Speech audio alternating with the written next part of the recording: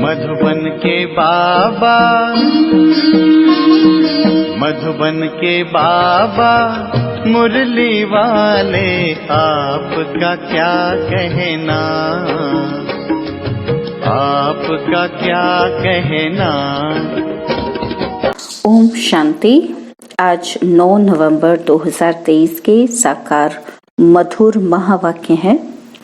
आज मीठे मीठे बाप दादा बोले, मीठे बच्चे, देह अभिमान में आने से ही माया की चमाट लगती है। देही अभिमानी रहो तो बाप की हर श्रीमत का पालन कर सकेंगे। बाबा ने कहा, मीठे बच्चे, देह अभिमान में आने से ही माया की चमाट लगती है। देही अभिमानी रहो तो बाप की हर श्रीमत का पालन कर सकेंगे।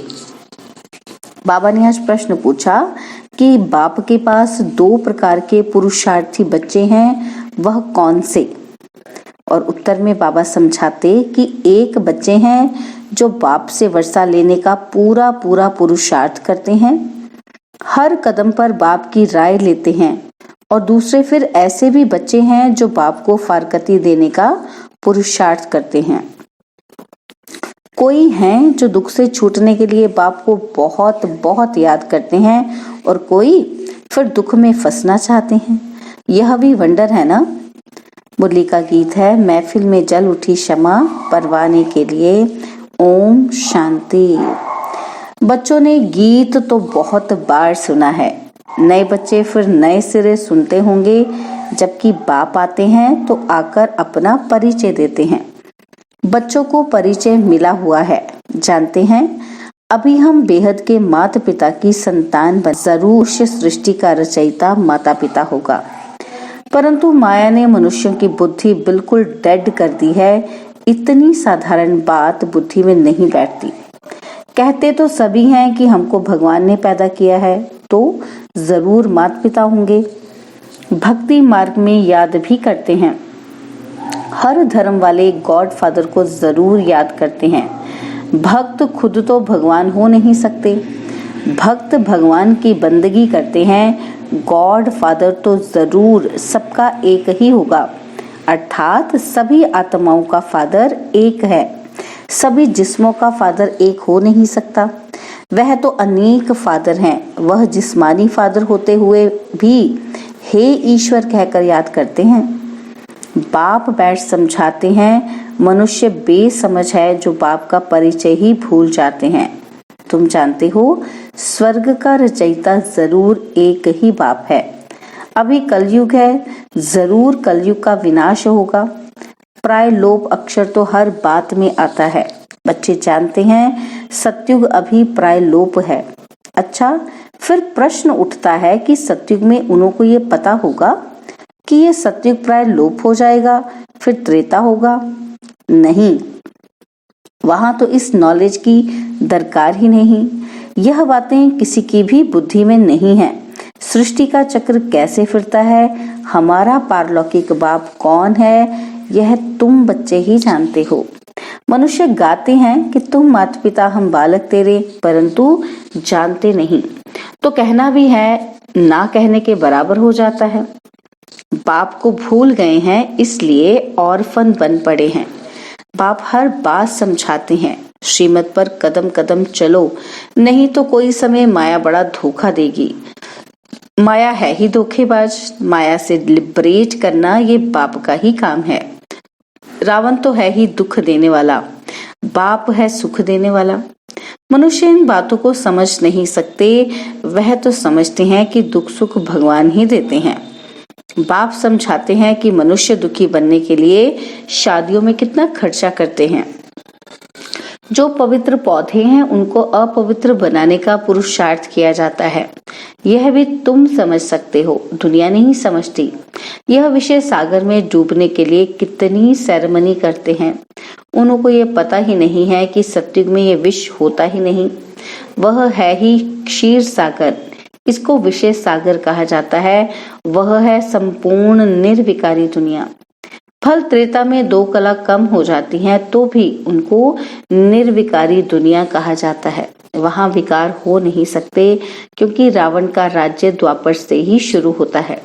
आधा आधा है ना, ज्ञान सागर और अज्ञान सागर। अज्ञान का भी सागर है ना। मनुष्य कितने अज्ञानी हैं, बाप को भी नहीं जानते, सिर्फ कहते रहते हैं कि ये करने से भगवान मिलेगा, मिलता कुछ भी नहीं। माथा मारते मारते दुखी निधन के बन जाते हैं, तब ही फिर मैं धनी आता हूँ। धनी बिगर माया अजगर ने सबको खा लिया है। बाप समझाते हैं माया बड़ी दुष्टर है, बहुतों को धोखा मिलता है, कोई को काम की चमाट, कोई को मोह की चमाट लग जाती है। देह अभिमान में आने से ही चमाट लगती है, मेहनत है ही देही अभिमानी बनने में। इसलिए बाप घड़ी घड़ी कहते हैं सावधान, मन मना भव। बाप को याद नहीं करेंगे तो माया थप्पड़ लगा देगी, इसीलिए निरंतर याद करने का अभ्यास करो, नहीं तो माया उल्टा कर्तव्य करा देगी। रॉन्ग राइट की बुद्धि तो मिली ही है। कहाँ भी मूंझो तो बाप से पूछो, तार में, चिट्ठी में अथवा फोन पर पूछ सकते हो। फोन सवेरे सवेरे झट मिल सकता है, क्योंकि उस समय सिवाय तुम्हारे बाकी सब सोए रहते हैं, तो फोन पर तुम पूछ सकते हो। दिन प्रतिदिन फोन की आवाज भी सुधारते रहते हैं, परंतु गवर्नमेंट है गरीब तो खर्चा भी ऐसे ही करती है। इस समय तो सब जड़ जड़ी भूत अवस्था वाले तमो प्रधान हैं, फिर भी खास भारतवासियों को रजोगुणी तमोगुणी क्यों कहा जाता है?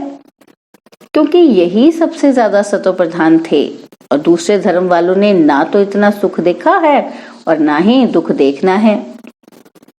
वह अभी सुखी हैं, तब तो इतना अनाज आदि भेजते रहते हैं। उन्हों की बुद्धि रजो प्रधान है, विनाश के लिए कितनी इन्वेंशन करते हैं, परंतु उन्हों को ये पता नहीं पड़ता है, इसलिए उन्हों को बहुत चित्र आदि भेजने पड़े तो उन्हों को भी पता पड़ेगा। आखिरीन समझेंगे ये चीज तो बड़ी अच्छी है। इन पर लिखा हुआ है गॉड फादरली गिफ्ट। जब आफत का समय होगा तो आवाज निकलेगा, फिर समझेंगे बरोबर ये हमको मिला था। इन चित्रों से बहुत काम निकलेगा। बाप को बेचारे जानते ही नहीं, सुखदाता तो वह एक ही बाप है, सब उनको याद करते हैं। चित्रों से अच्छी रीति समझ सकते हैं। अभी देखो 3 पैर पृथ्वी के नहीं मिलते हैं और फिर तुम सारे विश्व के मालिक बन जाते हो। यह चित्र विलायत में भी बहुत सर्विस करेंगे। बच्चों को इन चित्रों का इतना कदर नहीं है, खर्चा तो होना ही है। राजधानी स्थापन करने में उस गवर्नमेंट का करोड़ों रुपया खर्च हुआ होगा और लाखों मरे। यहाँ तो मरने की बात ही नहीं, श्रीमत पर पूरा पुरुषार्थ करना है, तब ही श्रेष्ठ पद पा सकेंगे, नहीं तो पीछे सजा खाने समय बहुत पछताएंगे। यह बाप भी है तो धर्मराज भी है। पति तो दुनिया में आकर बच्चों को 21 जन्मों के लिए स्वराज्य देता हूँ। अगर फिर कोई विनाशकारी कर्तव्य किया तो पूरी सजा खाएंगे। ऐसे नहीं कि जो होगा वह देखा जाएगा। दूसरे जन्म का कौन बैठकर विचार करे? मनुष्य दान पुण्य भी दूसरे जन्म के लिए करते हैं। तुम अभी जो करते हो वह 21 जन्मों के लिए, वह जो कुछ करते हैं अल्पकाल के लिए। एवजा फिर भी नरक में ही मिलेगा। तुमको तो स्वर्ग में एवजा मिलना है, रात दिन का फर्क है। तुम स्वर्ग में 21 जन्मों के लिए प्रारब्ध पाते हो। हर बात में श्रीमत पर चलने से बेड़ा पार है। बाप कहते हैं तुम बच्चों को नयनों पर बिठाकर बड़े आराम से ले जाता हूँ। तुमने बहुत दुख उठाए हैं, अब कहता हूँ तुम मुझे याद करो। तुम नंगे आए ये वापस फिर जाना है, यह तुम्हारा अविनाशी पार्ट है। इन बातों को कोई भी साइंस घमंडी समझ नहीं सकते। आत्मा इतना छोटा स्टार है, उनमें अविनाशी पार्ट सदैव के लिए भरा हुआ है, ये कभी समाप्त नहीं होता। बाप भी कहते हैं मैं भी तो क्रिएटर और एक्टर हूँ, मैं कल्प कल्प आता हूँ पार्ट बजाने। कहते हैं परमात्मा मन बुद्धि सहित चैतन्य नॉलेजफुल है, लेकिन क्या चीज है ये कोई नहीं जानते। जैसे तुम आत्मा स्टार मिसल हो, मैं भी स्टार हूँ। भक्ति मार्ग में भी मुझे याद करते हैं क्योंकि दुखी हैं। मैं आकर तुम बच्चों को अपने साथ ले जाता हूँ, मैं भी पंडा हूँ। मैं परमात्मा तुम आत्माओं को ले जाता हूँ। आत्मा मच्छर से भी छोटी है, ये समझ भी तुम बच्चों को अभी मिलती है। कितना अच्छी रीति समझाते हैं। बाप कहते हैं तुमको विश्व का मालिक बनाता हूँ, बाकी दिव्य दृष्टि की चाबी मैं अपने पास ही रखता हूँ, ये किसी को नहीं देता हूँ, यह भक्ति मार्ग में मेरे ही काम में आती है। बाप कहते हैं मैं तुमको पावन पूज्य बनाता हूँ, माया पतित पुजारी बनाती है। समझाते तो बहुत हैं, परंतु कोई बुद्धिमान समझे। ये टेप मशीन बहुत अच्छी चीज है, बच्चों को मुरली तो जरूर सुननी है। बहुत सिकिलदे बच्चे हैं, बाबा को बांधेली गोपिकाओं पर बहुत तरस पड़ता है। बाबा की मुरली सुनकर बहुत खुश होंगे। बच्चों की खुशी के लिए क्या नहीं करना चाहिए। बाबा को तो रात दिन गांव की गोपिकाओं का ख्याल रहता है। नींद भी फिट जाती है कि क्या युक्ति रचे, कैसे बच्चे दुख से छूटें। कोई तो फिर दुख में फंसने के लिए भी तैयारी करते हैं। कोई तो पुरुषार्थ करते हैं वर्षा लेने का, तो कोई फिर फारकती देने का भी पुरुषार्थ करते हैं। दुनिया तो आजकल बहुत खराब है। कोई बच्चे तो बाप को मारने में भी देरी नहीं करते हैं। बेहद का बाप कितना अच्छी रीति समझाते हैं। मैं बच्चों को इतना धन दूंगा जो ये कभी दुखी नहीं होंगे। तो बच्चों को भी इतना रहमदिल बनना चाहिए कि सबको सुख का रास्ता बताएं। आजकल तो सभी दुख देते हैं, बाकी टीचर कभी दुख का रास्ता नहीं बताएंगे। वह पढ़ाते हैं, पढ़ाई सोर्स ऑफ इनकम है, पढ़ाई से शरीर निर्वाह करने लायक बनते हैं। माँ बाप से भल वर्षा मिलता है, परंतु वह क्या काम का। जितना जास्ती धन उतना पाप बहुत करते हैं। नहीं तो तीर्थ यात्रा करने में बड़ी नम्रता से जाते हैं, परंतु कोई कोई तो तीर्थ यात्रा पर भी शराब ले जाते हैं, फिर छिपाकर पीते हैं। बाबा का देखा हुआ है, शराब बिगर रह ही नहीं सकते। बात मत पूछो, लड़ाई में जाने वाले भी शराब खूब पीते हैं। लड़ाई वालों को अपनी जान का ख्याल ही नहीं रहता है। समझते हैं कि आत्मा एक शरीर छोड़ जाकर दूसरा शरीर लेगी। तुम बच्चों को भी अभी ज्ञान मिलता है, यह छीछी शरीर छोड़ना है। उन्हों को कोई ज्ञान नहीं, परंतु आदत पड़ी हुई है मरना और मारना। यहाँ तो हम आपे ही बैठे बैठे बाबा के पास जाना चाहते हैं। यह पुरानी खाल है, जैसे सर्प भी पुरानी खाल छोड़ देते हैं, ठंडी में सूख जाती तो उतार देते हैं। तुम्हारी ये तो बहुत छीछी पुरानी खाल है। पाट बजाते अब इनको छोड़ना है, बाबा के पास जाना है। बाबा ने युक्ति तो बताई है, मन मना भव, मुझे याद करो बस। ऐसे बैठे बैठे शरीर छोड़ देंगे। सन्यासियों का भी ऐसे होता है, बैठे बैठे शरीर छोड़ देते हैं, क्योंकि वह समझते हैं आत्मा को ब्रह्म में लीन होना है, तो योग लगाकर बैठते हैं, परंतु जा नहीं सकते। जैसे काशी कलवट खाते हैं, वह जीव घात हो जाता है। यह सन्यासी भी बैठे बैठे ऐसे जाते हैं। बाबा का देखा हुआ है, वह हुआ हठ योग संन्यास। बाप समझाते हैं तुमको 84 जन्म कैसे मिलते हैं, तुमको कितनी नॉलेज देते हैं। कोई बिरला ही श्रीमत पर चलता है। देह अभिमान आने से फिर बाप को भी अपनी मत देने लग पड़ते हैं। बाप समझाते हैं देही अभिमानी बनो, मैं आत्मा हूँ, बाबा आप ज्ञान के सागर हो, बस बाबा आपकी राय पर ही चलूंगा। कदम कदम पर बड़ी सावधानी चाहिए, भूलें तो होती रहती हैं, फिर पुरुषार्थ करना पड़ता है। कहाँ भी जाओ बाप को याद करते रहो।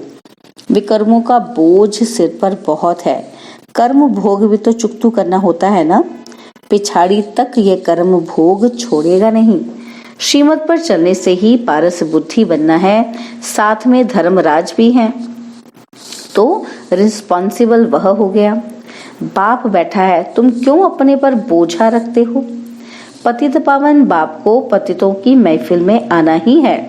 यह तो नई बात नहीं, अनेक बार पाठ बजाया है, फिर बजाते रहेंगे। इसको ही वंडर कहा जाता है। अच्छा, पारलौकिक बाप दादा का मीठे मीठे सिकिलदे बच्चों प्रति याद प्यार और गुड मॉर्निंग। रूहानी बाप की रूहानी बच्चों को नमस्ते। हम रूहानी बच्चों की रूहानी बाप दादाजी को दिलवा जान सिकवा प्रेम से नमस्ते।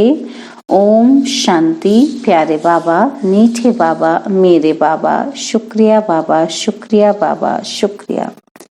धारणा के लिए मुख्य सार है, पहला पॉइंट है बाप समान सबको दुखों से लिबरेट करने का रहम करना है, सुख का रास्ता बताना है।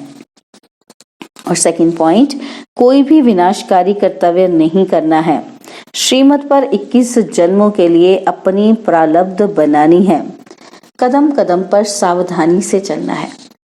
बाबा ने आज वरदान दिया, वायदों की स्मृति द्वारा फायदा उठाने वाले सदा बाप की ब्लेसिंग के पात्र भव। वायदों की स्मृति द्वारा फायदा उठाने वाले सदा बाप की ब्लेसिंग के पात्र भव।